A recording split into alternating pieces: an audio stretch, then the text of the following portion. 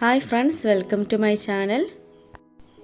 Woollen thread വെച്ചിട്ടുള്ള ഒരു craft ആണ് ഇന്നത്തെ വീഡിയോ. അപ്പോൾ അതിനു വേണ്ടിയിട്ട് ആദ്യം തന്നെ നമുക്ക് വേണ്ടത് ഒരു ഈർക്കിലാണ്. അപ്പോൾ ഒരു ഈർക്കിൽ എടുത്തിട്ട് ഞാൻ അതിലൊരു ഗ്രീൻ കളർ പെയിന്റ് ചെയ്യുന്നുണ്ട്. ഇങ്ങനെ പെയിന്റ് ചെയ്ത് കഴിഞ്ഞിട്ട് അതിൻ്റെ മുകളിലെ അറ്റത്ത് നിന്നും ഒരു ചാണ അളവാണ് ഞാൻ എടുത്തിട്ടുള്ളത്. അത് ഏകദേശം ഒരു 15 സെൻറ്റിമീറ്ററോളം നീളം ഉണ്ടാവും.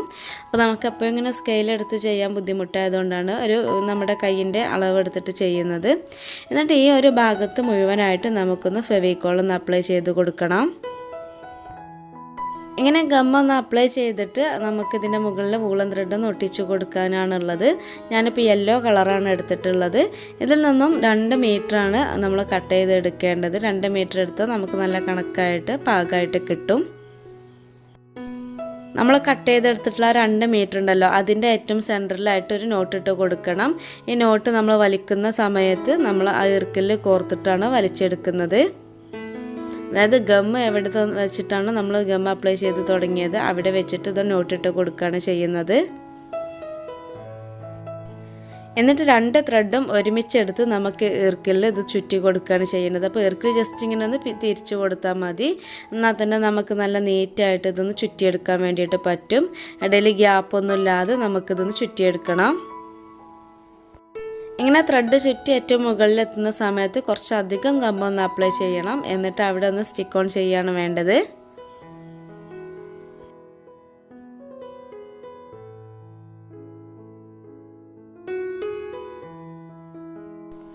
ഇങ്ങനെ ഒരു റൗണ്ട് കംപ്ലീറ്റ് ആയിട്ട് ചുറ്റി കഴിഞ്ഞിട്ട് അതിൻ്റെ മുകളിലൂടെ വീണ്ടും ഒന്നുകൂടെ ഒന്ന് ഗം അപ്ലൈ ചെയ്യണം. എന്നിട്ട് ബാക്കിയുള്ള ത്രെഡ് ഇതുപോലെ താഴേക്കും നമ്മളൊന്ന് റോൾ ചെയ്തെടുക്കുകയാണ് ചെയ്യേണ്ടത്.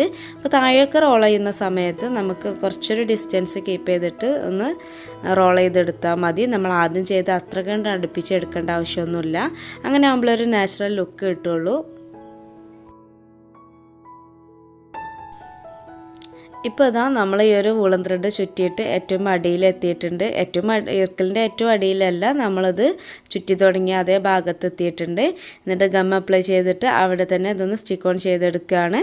ഇങ്ങനെ ചെയ്തിട്ട് നമുക്ക് കുറേ എണ്ണം ഉണ്ടാക്കി വെച്ചിട്ട് ഒരു വേസിലാക്കിയിട്ടൊന്ന് അറേഞ്ച് ചെയ്യാൻ പറ്റുന്നതാണ്. ഒറ്റ കളറിലുള്ള വൂളൻ ത്രെഡ് വെച്ചിട്ട് തന്നെ നമുക്കിതുപോലെ കുറേ എണ്ണം തയ്യാറാക്കിയിട്ട് ഒരു ബേസിൽ വെക്കാം. അതല്ലാന്നുണ്ടെങ്കിൽ ഡിഫറെൻ്റ് ആയിട്ടുള്ള കളേഴ്സ് വെച്ചിട്ടും നമുക്ക് ചെയ്യാവുന്നതാണ്. നമുക്ക് പ്രത്യേകിച്ച് ചിലവൊന്നുമില്ല. ഒരു 10 രൂപയുടെ വൂളൻ ത്രെഡ് ഉണ്ടാക്കി കഴിഞ്ഞാൽ നമുക്ക് ഒരുപാട് സ്റ്റിക്ക് ഉണ്ടാക്കിയെടുക്കാൻ വേണ്ടിയിട്ട് പറ്റും. പിന്നെ ഈർക്കിലൊക്കെ നമ്മുടെ വീട്ടിലുണ്ടാവുന്നത് തന്നെയാണ്. ഞാനിപ്പോൾ ഒരുമിച്ച് ഒരുപാട് ഇതുപോലെ ഈർക്കിൽ വെച്ചിട്ട് ചെയ്തിട്ടുള്ള ഒരുപാട് വസ്തുക്കൾ ഇങ്ങനെ ഒരുമിച്ച് വെച്ചേക്കാണ്.